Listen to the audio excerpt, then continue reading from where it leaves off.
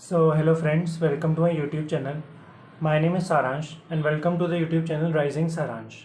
तो आज के इस वीडियो में हम बात करने वाले हैं IBPS PO के प्रीलिम्स के स्कोर कार्ड के बारे में, जिसका वेट मैं और आप सब लोग बहुत ही एक्साइटमेंट से कर रहे थे कितने दिनों से। और मेरा पूरा एक्साइटमेंट जो है वो डाउन हो गया जैसे ही मैंने अपना स्कोर कार्ड देखा। इतनी उम्मीद मुझे मार्क्स की थी ही नहीं, इतने कम नंबर।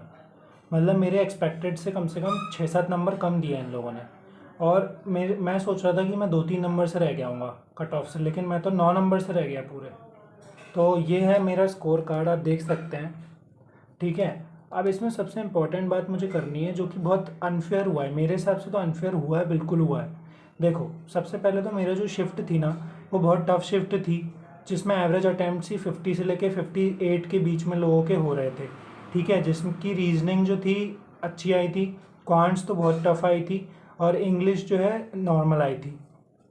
अब अपन बायोफ्रिकेशन करते हैं मार्क्स का। तो सबसे पहले आप इसमें देख सकते हैं मेरे रीजनिंग में कितने मार्क्स है, 10.57। क्वांटिटेटिव एप्टीट्यूड में मेरे 7.71 है, और इंग्लिश में मेरे 20.75 है। तो सबसे पहले बात करते हैं इंग्लिश की। तो इंग्लिश में तो भैया ठीक आए हैं, मतलब 21 नंबर आए हैं। मेरे 28 अटैम्प्ट्स थे, जो कि काफ़ी डिसेंट मार्क्स हैं, ठीक है। इंग्लिश सबकी ईजी आई थी, जितने भी पीओ के शिफ्ट्स हुए थे उनकी सबकी ईजी थी। क्वांटिटेटिव एप्टीट्यूड में मेरे केवल 7 नंबर आए हैं। मुझे समझ ही नहीं आ रहा कैसे भाई, जबकि मेरे अटैम्प्ट्स तो थे वो 13 थे। और 30 में से कितने 30 में से 13 अटैम्प्ट्स थे, और 13 सबके मतलब क्या बोलते हैं, सबके जो मतलब एवरेज अटैम्प्ट 13 ही थे। मतलब मेरे बगल में एक लड़की बैठी थी जो SBI क्लर्क में सेलेक्टेड थी, उसने बोला कि 13 अटैम्प्ट्स ही हो पाए मेरे से भी। मतलब इतना अजीब सा आया था क्वांट्स का। जो लोग मेरी शिफ्ट वाले होंगे वो रिलेट कर पाएंगे इस वीडियो से। और उसके बाद भी चलो 13 भी है, तो मतलब जैसे 35 क्वेश्चन है, 30 मार्क के हैं, तो एक क्वेश्चन जो है कम मार्क्स का हो गया, मतलब 1 मार्क से कम। मुझे तो ये कुछ समझ ही नहीं आ रहा है ना, नॉर्मलाइजेशन कैसे करा है। मतलब सबसे इजी फैक्टर तो क्या रहता है, रीजनिंग के क्वेश्चंस भी 1 नंबर के होने चाहिए, क्वांट्स के भी 1 नंबर के होने चाहिए, इंग्लिश के भी 1 नंबर के होने चाहिए। इन लोगों ने पता नहीं क्या कर दिया, इंग्लिश का 1 नंबर का कर दिया, रीजनिंग का 1.2 मार्क्स का कर दिया, और उसका शायद 0.8 मार्क्स का कर दिया। मुझे समझ नहीं आ रहा क्या करा है इन लोगों ने। अगर आप लोगों को समझ आ रहा है तो कमेंट में ज़रूर बताएं। अच्छा, दूसरी चीज़, नॉर्मलाइजेशन करा भी है तो भी मेरे 13 अगर क्वेश्चन करें अटैम्प्ट, और 100% एक्यूरेसी के साथ करे हैं मैंने मैथ्स में, क्योंकि उसमें था ही क्या, सिंप्लीफिकेशन थी और क्वाड्रेटिक थी, और मुझे पक्का पता है मेरे सारे सही हैं वो। तो उसमें मेरे 13 में से 7 नंबर कैसे दे दिए इन लोगों ने क्वांट्स में। और मुझे पता है मुझसे बहुत बच्चे रिलेट कर पाएंगे, क्योंकि काफ़ी लोग कमेंट्स में लिख रहे हैं दूसरे वीडियोज़ में कि हमारे इतने अटैम्प्ट्स थे, हमारे इतने कम नंबर आए हैं क्वांट्स में, पता नहीं क्वांट्स में क्या हुआ, क्वांट्स में क्या हुआ। तो वो सबके साथ हुआ है, मुझे समझ नहीं आ रहा मेरे इतने कम क्यों आए। अब रीजनिंग की बात करते हैं, रीजनिंग में तो मेरे इतने एक्सपेक्टेड थे, क्योंकि मेरे 14 तो केवल अटैम्प्ट्स ही थे, और उसमें भी मेरे 3-4 मुझे लग रहा था गलत ही थे। तो एट द एंड रीजनिंग में मेरे मार्क्स ठीक आ गए, जितने मुझे लग रहे थे इतने ही आने थे। क्वांट से मेरे कम है, मुझे 100% कम है। बाकी इंग्लिश में भी थोड़े और ज़्यादा आ सकते थे, तो मेरा एवरेज स्कोर बन गया 40, मतलब 39 पॉइंट समथिंग। तो 40 मार्क्स आए हैं मेरे, ये मान के चलो। और 9 मार्क्स से मैं रह गया कट ऑफ से। तो क्लियर कट बात है भाई साहब जी की, मतलब मेहनत बहुत करनी पड़ेगी अभी जो कंपटीशन है वो बहुत ज़्यादा है। अच्छा, इससे एक चीज़ और क्लियर हो गई है कि पीओ का पेपर अब मैं नहीं भरूंगा। मतलब मैं नर्वस नहीं हूँ, डिमोटिवेटेड भी नहीं हूँ, बट मैं आपको बताना चाहता हूँ कि मैं पीओ का पेपर अब क्लियरली नहीं भरूंगा, क्योंकि पीओ की वर्क प्रेशर भी ज़्यादा है। मेरी दीदी भी मतलब असिस्टेंट मैनेजर है कैनरा बैंक में। सो उन्होंने बताया कि पीओ के फॉर्म भरने का कोई फ़ायदा ही नहीं है, क्योंकि इतना प्रेशर है, वर्क प्रेशर बहुत ज़्यादा है उन लोगों का।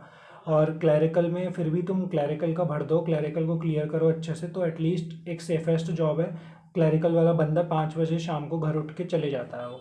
लेकिन जो पीओ वाले रहते हैं और बैंक मैनेजर रहते हैं, उनका बहुत हेडेक रहता है, प्रेशर रहता है ना। तो ये रहता है। अब क्लर्क में बात करते हैं, आईपीएस क्लर्क के सेफ अटैम्प्ट्स की। तो मैंने तो भाई उसमें भी 76 अटैम्प्ट करे हैं केवल, और सब कह रहे हैं कि 90 प्लस करें हैं सब ने, कट ऑफ जाएगा 90 प्लस, 90, 85 प्लस, 90 प्लस। भाई अगर ऐसा चले गया तो प्रीलिम्स में तो मतलब हद हो जाएगी, फिर इतना ज़्यादा कट ऑफ नहीं जाना चाहिए यार। तो मेंस की तैयारी की बात करते हैं, तो मेंस की मैंने अभी शुरू ही नहीं करी है तैयारी, क्योंकि मैं इन सब में लगा रहा कि स्कोर कार्ड वगैरह क्या। तो अब मेरी इतनी सी कुल मिला के बात है कि मैं देखो काफ़ी चीज़ों का एस्पिरेंट हूँ। मैं CSI और नेट भी पढ़ने वाला हूँ। और एक कहते हैं ना कि अगर अपन काफ़ी लाइंस में लगे हैं तो अपन एक भी चीज़ हासिल नहीं कर पाते, तो वो मेरे साथ ज़रूर हो रही है अभी। मतलब मैं बैंक भी करता हूँ, ठीक है, बैंक की तैयारी भी कर रहा हूँ मैं। फिर मैं अपना CSI और नेट की भी थोड़ी थोड़ी करना स्टार्ट कर रहा हूँ।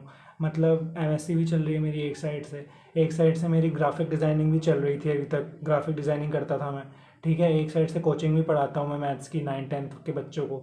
तो मतलब इतना सब कर रहा हूँ ना, तो कहीं भी कुछ भी परफेक्शन नहीं आ पा रहा। मतलब एक होता है ना कि यार सबसे jack of all the trades master of none, तो वो वाली चीज़ हो रही है कि काफ़ी चीज़ें कर रहा हूँ लेकिन किसी भी चीज़ में एक्सपर्टाइज तो हो ही नहीं रही है।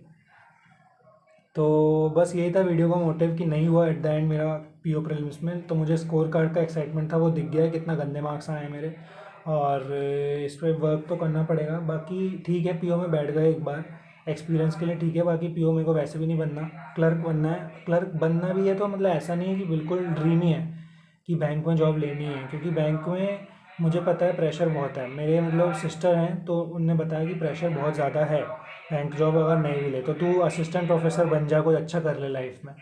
वो ये कहते हैं बैंक वाले जो लोग हैं, जो लोग मतलब बैंक में जॉब करते हैं, कि बैंक की जॉब बहुत हेक्टिक है, मत लो। तो मैं तो ऐसे ही देते रहता हूँ, तैयारी करते रहता हूँ, लगे रहता हूँ अपना। बाकी कोई बुराई भी नहीं है यार, अगर अपना ग्रेजुएशन हो गया है, अपनी अच्छी स्किल्स हैं, थोड़ी क्वांट्स हैं, ठीक है, रीजनिंग कर रहे हैं अपन, तो देने में क्या बुराई है। ऐसा तो नहीं है ना नहीं भी दो, ट्राई ट्राई तो करना बनता है। तो वो वाली चीज़ करके मैं दे देता हूँ।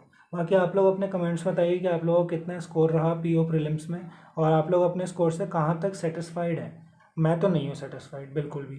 So thanks for watching this video. I hope आप लोगों को कुछ वीडियो सीखने को मिला होगा। बाकी एक चीज़ और कहनी थी कि नॉर्मलाइजेशन होता है, मतलब इजी शिफ्ट में क्या होता है, मार्क्स कम हो जाते हैं, कठिन शिफ्ट में मार्क्स बढ़ जाते हैं। लेकिन मेरे मार्क्स तो कहीं बढ़ते हुए मुझे दिख नहीं रहे हैं, उल्टा कम ही मतलब उतने ही दिख रहे हैं जितने आने चाहिए थे, मतलब ये थोड़े से कम ही हुआ है बल्कि। तो नॉर्मलाइजेशन मेरी शिफ्ट में घंटा हुआ, बढ़े ही नहीं मेरे मार्क्स। तो 3-4 भी बढ़ते, 44 या 45 भी आते ना, तो मुझे लगता है कि हाँ सही आ गया यार, क्योंकि इतने ही करके आया था मैं।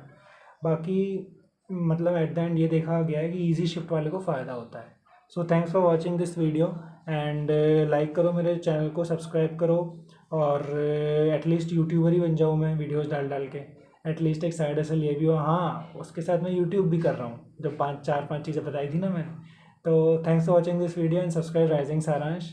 एंड मेरी जर्नी को देखने के लिए फॉलो करो, कुछ ना कुछ तो लाइफ में उखाड़ूंगा यार, ये तो पक्का है। बाय।